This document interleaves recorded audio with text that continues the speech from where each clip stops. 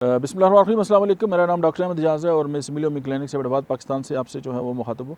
आज हम बात करेंगे नौजवान लड़कियों में जिनकी शादी नहीं होती लेकिन उनके अंदर जो सेक्सुअल डिज़ायर है वो बहुत ज़्यादा होती है और उसी की वजह से जो है वो लोग डिस्टर्ब होते हैं, उनकी फैमिली भी जो है वो भी डिस्टर्ब होती है और फिर ज़ाहिर है दाएँ बाएँ मुख्तलिफ़ किस्म की हरकत होती रहती हैं जिसकी वजह से बहुत सारे इशूज़ जो हैं वो सोसाइटी के अंदर जन्म लेते हैं। ये एक प्रॉब्लम है, एक इशू है, इसको एड्रेस किया जा सकते हैं। होम्योपैथी की जो मेडिसिन प्लाटिना है, इसकी जो है वो चंद खुराकें अगर दे दी जाएँ तो इस वक्त जो एक उबाल सा होता है हार्मोन्स के अंदर और उसकी वजह से जो सेक्सुअल जो डिज़ायर है वो बहुत ज़्यादा होती है, वो न सिर्फ एड्रेस हो जाती है बल्कि वो बिल्कुल काबू में आ जाती है।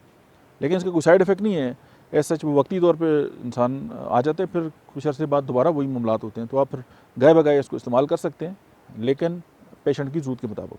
Thank you.